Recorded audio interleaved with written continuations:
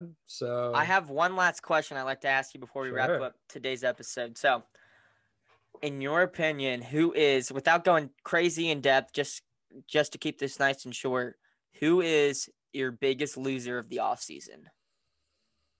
The Pistons. The Pistons? Why? Yeah, absolutely. So, I mean, they made the first massive deal of this offseason was bringing in the Plumlee boy for like 18 million or however much they I paid for like him. their draft. I will say this. I thought they did a good Young job in Hayes the fine. draft, Yeah. but all of their signings and trades were, They if let I had to Christian put a Wood word walk. to it, idiotic.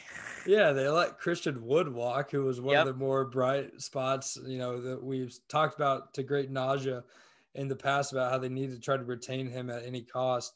And they just let him walk to the Rockets and Yep. whatever. And I don't know, they just kept signing more and more centers. It's like at some point you can't have. I guess their mindset was we can't have too many centers on our roster, and that was just weird. That it was Yeah. just weird to see.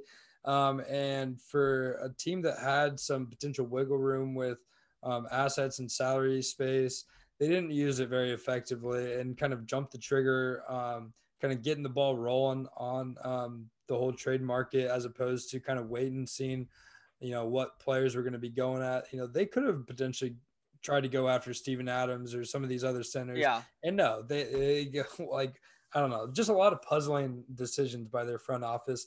And for an organization that we've talked about in the past, just doesn't really have a lot of hope. I don't think outside of Killian Hayes, they really have a whole lot of hope. And maybe it was strategic. Maybe they had a chess type move because they're trying to get Cade Cunningham for next season. They're trying to get in the sweepstakes, Yeah. which I think they might be the winners of the sweepstakes as we currently Yeah. stand. So Or the Knicks. yeah, the Knicks made some decent moves. I'm not The hating Knicks are on the going to be a Knicks right bad now. team, but they're never going to win the first pick. So in my opinion, I think the team that did the worst, partly their fault, partly not. That's the Golden State Warriors. I mean, your Oh, second best what? player. I'll explain why. Okay. I mean, one, your second best player out for the year. Tragic. There goes your shot of competing for a title. Um, Absolutely hate the Kelly Oubre trade. It makes no sense to me. I saw a thing that because of the luxury tax, they're going to end up paying like an extra like 50, 60 million to have like Kelly Oubre on their team or something because of the luxury tax. Why? What does he add to your team? Nothing. To me that move was insane. Again, like James Wiseman by no means is like a bad pick, but I mean, heavy talks about them moving that pick, maybe packaging it with Andrew Wiggins. Like, we didn't see anything like that. I didn't like their moves this offseason because, and again, a lot of it was forced by Klay Thompson's injury, but I just thought there were to me, the Kelly Oubre trade was just so odd. And James Wiseman, like, although that might have been like who they were going to pick at the same time, like, everyone thought for the longest time they were going to trade that pick and try and compete for a championship and go get another big piece. And now they have a team of Steph Curry, Andrew Wiggins, Kelly Oubre. Like this is just a weird team. And so the only thing I got to say is Steph Curry, I'm talking to you. Good luck, my man, because you are in for a ride this year.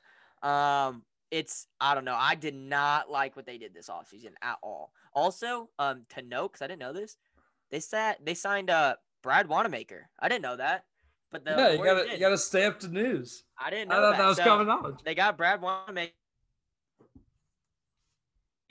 So does that mean who's going to be the Celtics guard off the bench then?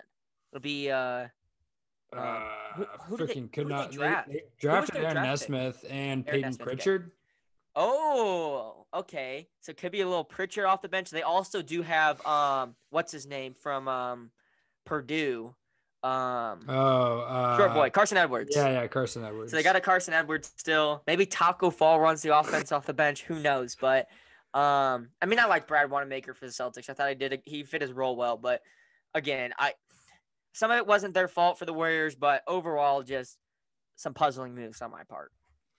Yeah, I don't know. I guess I'm just kind of in the mindset that the Warriors have proven that their front office in the past makes really good decisions, and we haven't been able to see Steph Curry and Andrew Wiggins on the court together yet. And I mean, obviously we haven't seen like any of their team on the court together outside of Draymond and Steph. So maybe it will gel a little bit more than you might think. And I think, I mean, they kind of, in my eyes, made up a lot of the scoring that that not having Klay Thompson in their lineup kind of opened up for some other guys. So, I mean, Kelly Oubre, Wiggins, and Brad Wanamaker might be having increased roles. And I personally think that James Wiseman will be a star in this league. So, I mean, I don't know. It's just what I would have been happier if they didn't get Kelly Oubre and they actually went out and got like you are the biggest Kelly Oubre hater on this because he's overrated. Okay. He's overrated. He's not getting paid an incredible amount.